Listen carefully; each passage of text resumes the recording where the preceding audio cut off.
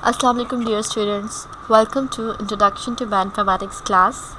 This is our lecture number 10. Today's topic is phylogenetic analysis and prediction. As we have already started this topic last day, so what we have done in previous lecture, we have studied what is evolution, and we have seen through the evolutionary process. Also, we have seen some of the examples of phylogenetic trees, why we are working on phylogenetics, and also we have studied or gone through the examples of molecular phylogenetics, where we did the phylogenetics of the over the genome sequences, either it is nucleic acids or protein sequences. We have to look into the sequence analysis in this case. Okay, phylogenetic analysis, how we do the phylogenetic analysis means that के जो different organisms हैं उनके दरमियान जो phylogenetic analysis किया जाता है, उससे हमें क्या find out कर रहे होते हैं कि दो organisms के दरमियान क्या जो है close relation किस तरीके से है, या उनके ancestors if two of the organisms are sharing common ancestor, that means they have the close relation to each other. So this is all about the recap what we have done previously. Okay, today's contents are why phylogenetic, why we do phylogenetics, हमें क्यों ज़रूरत पड़ती है phylogenetics की. We will study about it, and then we will calculate the degree of divergence. Divergence means कि जब एक organism है, एक एंसेस्टर है, उसमें जब न्यू जनरेशन्स आती हैं एंड उन न्यू जनरेशन्स में कब कब जो था डाइवर्जेंस क्रिएट हुई थी, we can calculate it with the degree of divergence formula. Okay, this is relationship of phylogenetic analysis and sequence analysis. phylogenetic analysis और sequence analysis को हम study करेंगे. like sequence analysis में हम sequence analysis कर रहे होते हैं phylogenetic जो भी particular organism हो सकता है उसके दरमियान हम जो relationship develop करते हैं. like sequence analysis में हम सीक्वेंसेस को मल्टीपल सीक्वेंस अलाइन करके हम उनके डिफरेंसेस को देख रहे होते हैं, उनमें सिमिलरिटीज़ को देख रहे होते हैं. और फाइलोजेनेटिक एनालिसिस में हम एंसेस्टर्स को जो है वो फाइंड आउट कर रहे होते हैं. Like who is the last ancestor. तो we do all such methods for to find out the last ancestors or the evolutionary relationship between the different organisms. Okay, structure of trees, इसमें हम जो phylogenetic trees analysis में हम जो trees बनाते हैं उनके structures को देखेंगे. there is rooted tree which is cladogram, जिसमें rooted tree जिसमें हमें root यानी कि ancestor node का पता हो तो उसको हम cladogram कहते हैं. और unrooted tree है जिसमें कोई tree का root नहीं होता, उसको हम phenogram कहते हैं. as we already discussed कि क्लैडोग्राम बेसिकली एवोल्यूशनरी बिहेवियर पर डिपेंड कर रहा होता है. फिनोग्राम जो होता है वो फिनेटिक अप्रोच को जो है वो फॉलो कर रहा होता है. Phenetic approach means where physical similarities को डिफ़ाइन करते हुए जो ट्री कंस्ट्रक्ट होता है, दैट इज़ अनरूटेड ट्री, जिसमें हमारे पास एक सिंगल और द वेरी फर्स्ट जो एंसेस्टर होता है उसका हमें पता नहीं होता. So we say it unrooted tree. Okay, multiple sequence alignment, इससे हमें ये बात समझ आ रही है कि we will align multiple sequences. जैसे कि हमने स्टार्ट में कुछ सीक्वेंस अलाइनमेंट के एल्गोरिथम्स का पर किया था, जैसे कि डॉट प्लॉट था, और we have also done dynamic programming algorithm, that is Needleman Wunsch algorithm, जिसमें हमने सीक्वेंस अलाइनमेंट की थी और हमने स्कोर कैलकुलेशन की थी. तो that was about 2 sequences. Now we will do sequence alignment with multiple sequences. हम मल्टीपल सीक्वेंसेस के दरमियान क्या करेंगे, जो है सीक्वेंसेस को एनालिसिस करते हैं. like if there are 10 or 15 or 1000 of multiple sequences, we have to see the relationship in between such sequences. ठीक है. And then we will see what are the terminology used in constructed in the phylogenetic tree. Then we will see there are different methods of phylogenetic reconstruction. Okay, what is phylogenetics and why we use phylogenetics? As we discussed previously, like find evolutionary ties between organisms के दरमियान जो हम evolutionary behavior को study करते हैं, that is phylogenetics. Find relationship between an ancestral sequence and its descendants. Ancestor और descendants के दरमियान जो हम relationship find करते हैं, this is also comes in phylogenetics. Estimate time of divergence between a group of organisms that share a common ancestor. अच्छा, phylogenetics में ये बहुत ही important चीज़ है कि common दो organism जो होते हैं वो एक किसी common ancestor को share कर रहे होते हैं, ठीक है.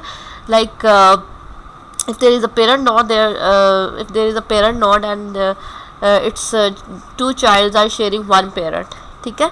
So that means कि अगर वन ऑर्गेनिजम्स में उसकी जब न्यू जनरेशन्स फॉर्म हुई और उसमें कब कब जो है डाइवर्जेंस मींस के चेंज आया उनके जीनोम में, जीनोम लेवल पर क्या चेंज आया, क्या डिफरेंसेस थे, उस डाइवर्जेंस को हम कैलकुलेट करते हैं within the some group of organisms who are sharing the same ancestor. अच्छा, we have talked about many organisms, but now we will talk about the genome. So similar sequences, that means common ancestor. अगर similar sequences हैं तो उनके दरमियान कोई common ancestor है, ठीक है. just like this is the common ancestor और ये कुछ sequences हैं, ठीक है. there are some sequences but they are sharing some common ancestors. if these are the two sequences, they are common this ancestor. if this is the group of some particular clade, this is the particular sequence group, they are both are sharing this ancestor, ठीक है. this is the common ancestor for these two groups. अच्छा, for a common ancestor sequence, two DNA sequence diverged. अब ये एक common sequence था, ठीक है. this is the common ancestor DNA. इसमें से जो दो डाइवर्जेंस हुई हैं, दो डाइवर्जेंस मीन्स कि ये अगर ग्रुप 1 है और ये ग्रुप 2 है, ठीक है. इसमें यहाँ स्लाइटली डिफरेंस आया. Each of this two sequences start to accumulate nucleotide substitution.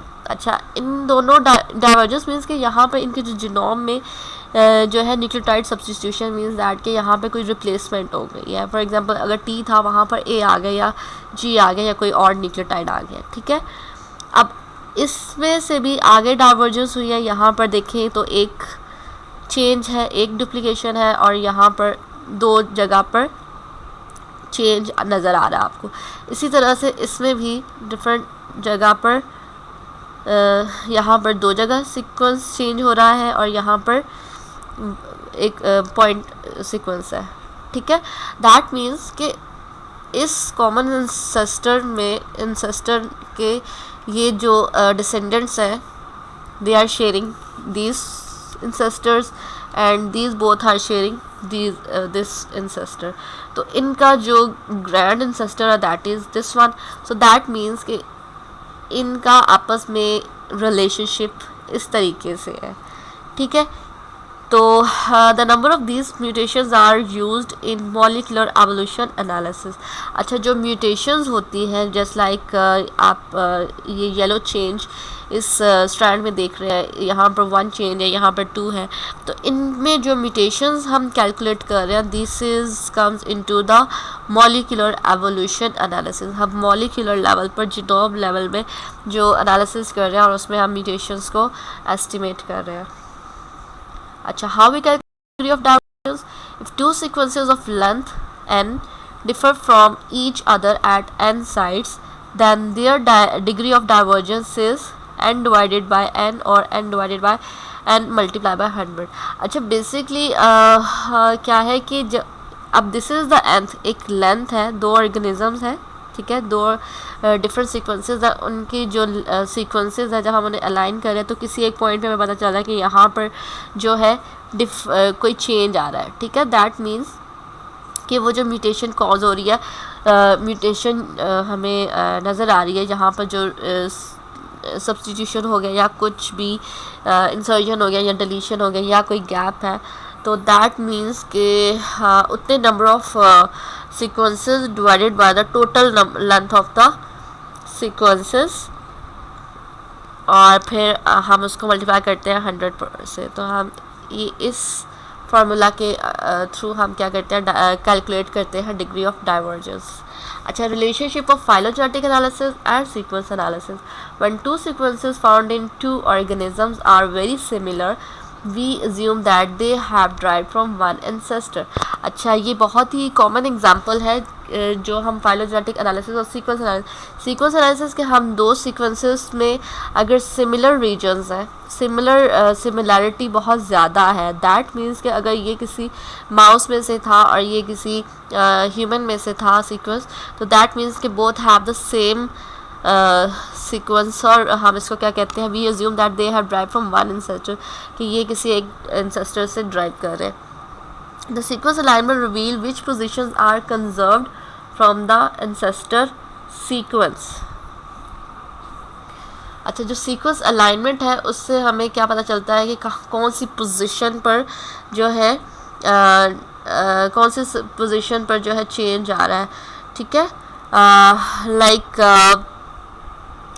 जो कॉमन सीक्वेंस है दैट मीन्स कि वो सेम एंसेस्टर में इनका सेम एंसेस्टर में ये सीक्वेंस था, but after that when may be new generation forms, तो उनके दरमियान यहाँ पर इस सीक्वेंस में ए की जगह जी है और यहाँ पर टी की जगह सी है, ठीक है।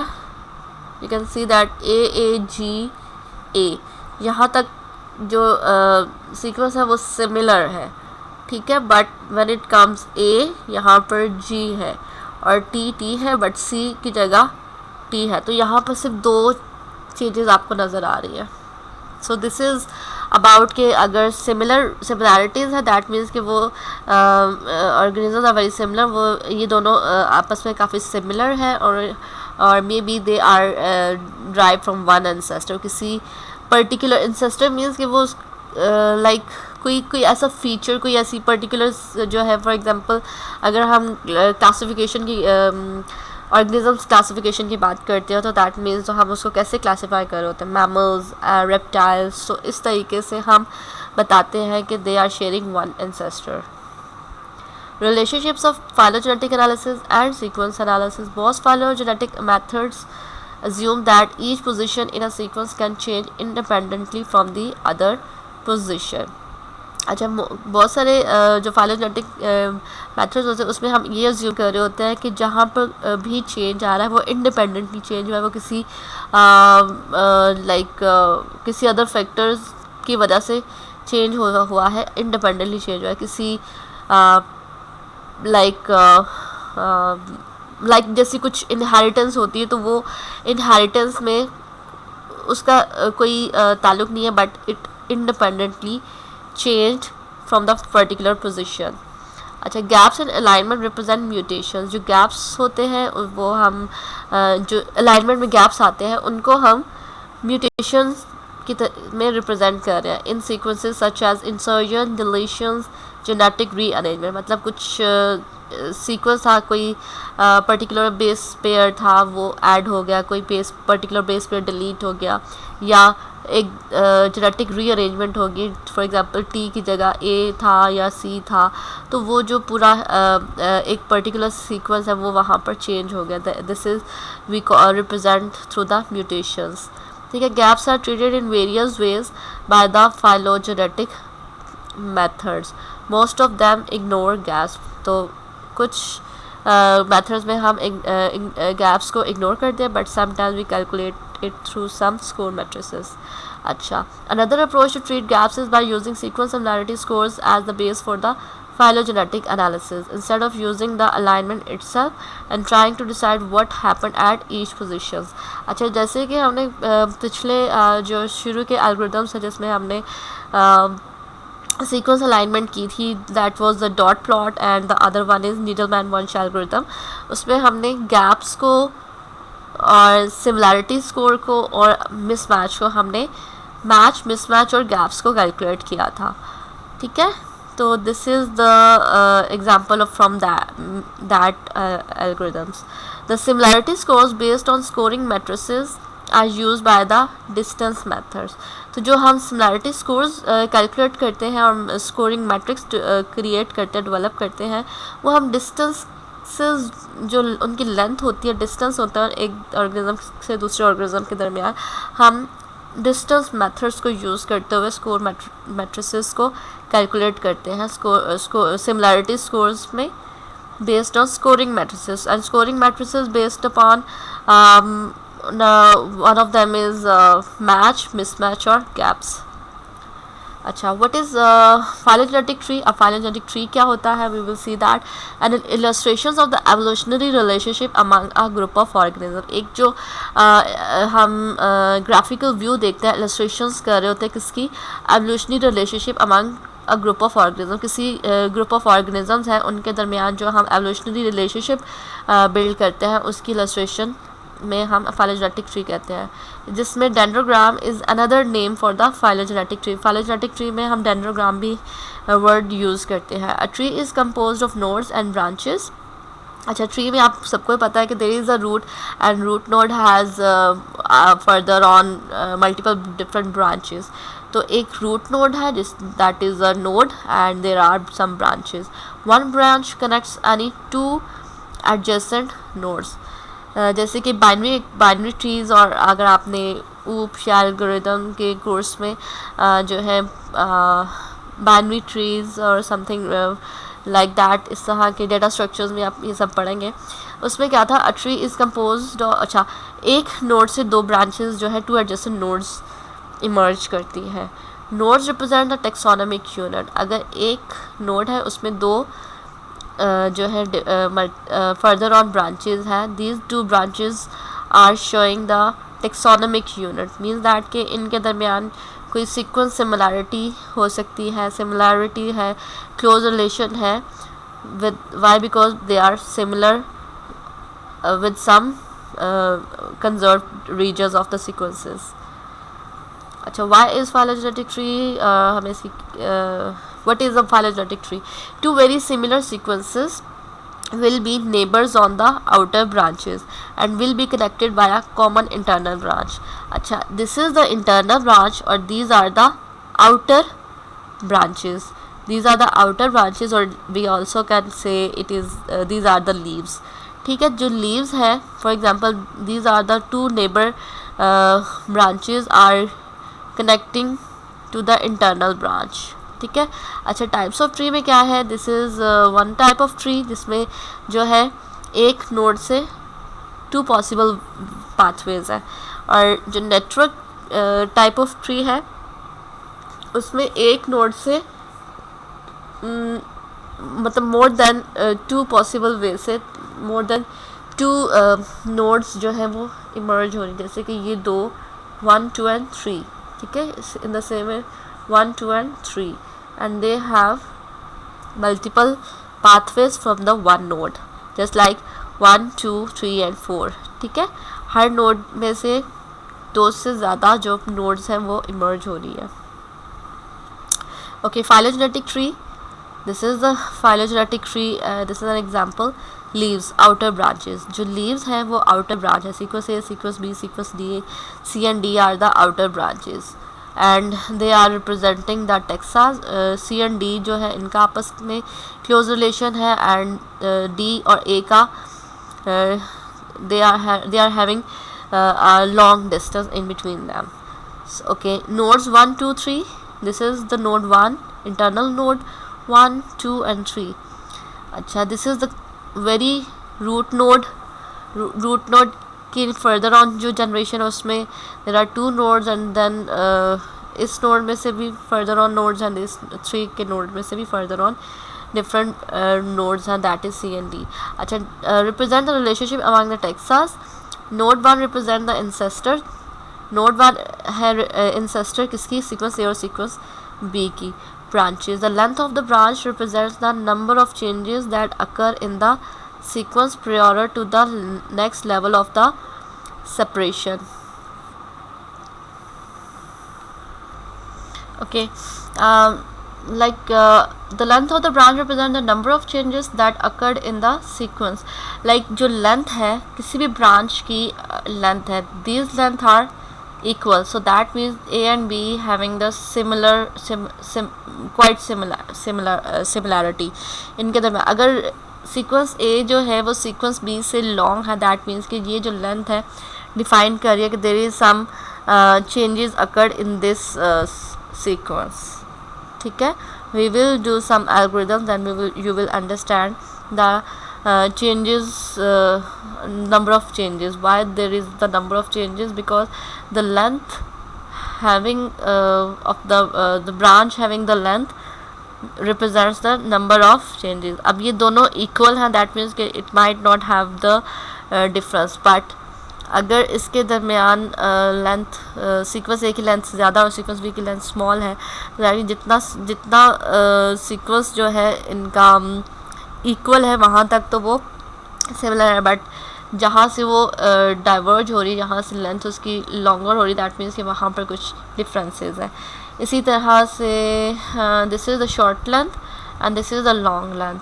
तो अब इस लेंथ के दरमियान और इस लेंथ के दरमियान देयर इज़ सम डिफरेंस.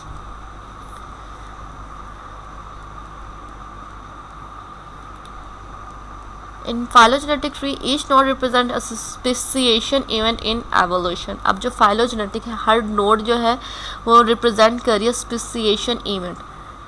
जैसे कि ये node represent कर रही है ये दो speciations है, sequence A और sequence B, दो different जो species है emerge हो रही है. Beyond this point, any sequence changes that occurred are specific for each branch. अच्छा, अब इस पॉइंट में क्या है कि any sequence changes that occurred are specific for each branch.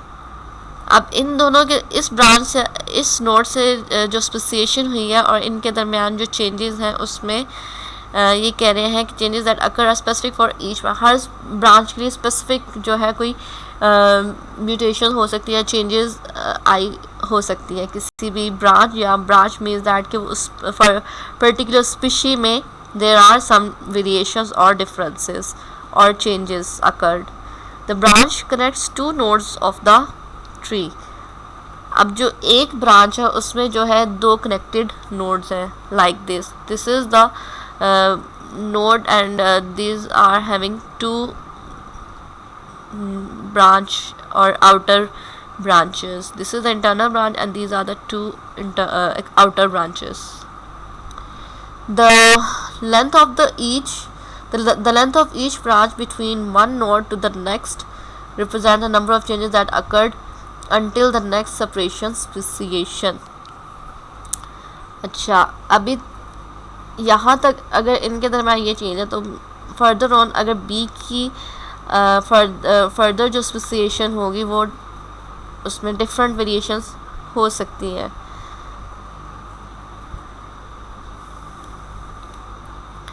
Tree structures terminal nodes represents the data, for example sequences. अब जो terminal nodes हैं जिनको हम आउटर नोड्स भी कह रहे हैं, आउटर ब्रांच भी कह रहे हैं, what they are representing the data, वो डेटा होता है. फॉर एग्जांपल सीक्वेंसेस हो सकते हैं या वो सीक्वेंसेस हो सकते हैं under comparison A B C D and E. These are 5 sequences also known as OTUs, operational taxonomic units. Okay, terminal nodes जो लीव नोड्स हैं, ठीक है. For example A B C D E are the leaf nodes of the particular phylogenetic tree. अब इन nodes के दरमियान जो relationship हम और कंपैरिजन करते हैं that is also known as operational taxonomic units. और जो इंटरनल नोड्स होती हैं अगर हम उसका डेटा रिप्रेजेंट करें इंसेस्ट्रल यूनिट से इन्फर जब हम करते हैं, and that is known as HTU यानी कि hypothetical taxonomic units, and that is usually done without empirical data. means that कि हम empirical कोई data sets को यूज़ नहीं कर रहे, जस्ट हम infer कर रहे होते हैं उसकी phonetic features की basis पर.